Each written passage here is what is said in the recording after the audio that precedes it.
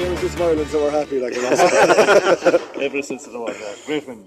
It was a good win, but I think we were really up for it, and Kilkenny were flat, right? And they had, I think their touch was off, and they made mistakes, and I think they lost Walter Walsh through injury and probably Richie Hogan through injury. So when all of those things happen to a team, it's very, very difficult, especially when you're playing away, as we know from last week. Did you find it hard to pick it up for last week? It's been such a disappointing result maybe in Cork.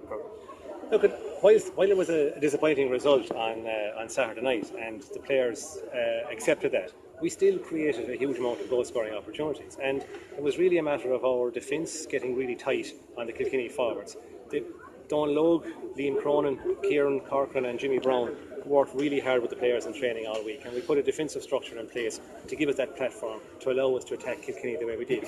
And that's ultimately it. It was a lot of reflection, a lot of discussion, and ultimately we put in place a game plan that came off today. But Seamus, some days these come off and some days they don't, and there's going to be a lot of more performances, good and bad, from a lot of teams over the course of the league, because it appears as if there's very little between 9 to 6 teams in that league. It's a week, a long time from less a week this time of the year for the hurling. The hurling has improved in a week. Yeah, I think I don't know. It's last week we went out. The lads went out with a great attitude. They looked really good in training and so on, and it just didn't happen. And Cork were flying, right? Today, I'm sure Kilkenny came here with intent. It just didn't happen from the ball didn't bounce for them, etc. And we were moving well. So that's the way it goes this time of year. There's a lot of changes in teams. There's a lot of new players in and so on. Teams aren't stabilised. People are trying things out. So there isn't great stability. Look at Dublin last night. They brought in a whole group of rookies and they turned Cork over when Cork were red hot favourites. So it's going to be up and down, as Jerry says.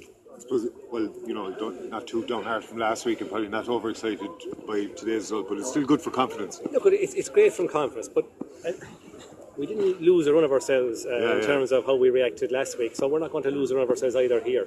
It's a learning curve for Donal and myself and the management team as well as the players, and we've got this, as we call it, phase 2. It's the National League.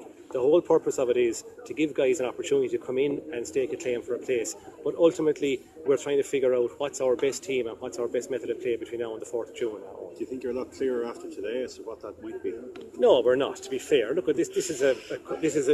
If you asked me the same question last week, I'd answer the very same way. It's work in progress. We're trying to figure out what's the best possible solutions in February and March, so that we can implement them in June. You must be very happy with the subs to come on, particularly Cahill and. Cahill Mack was Cahill was out for a month with injury.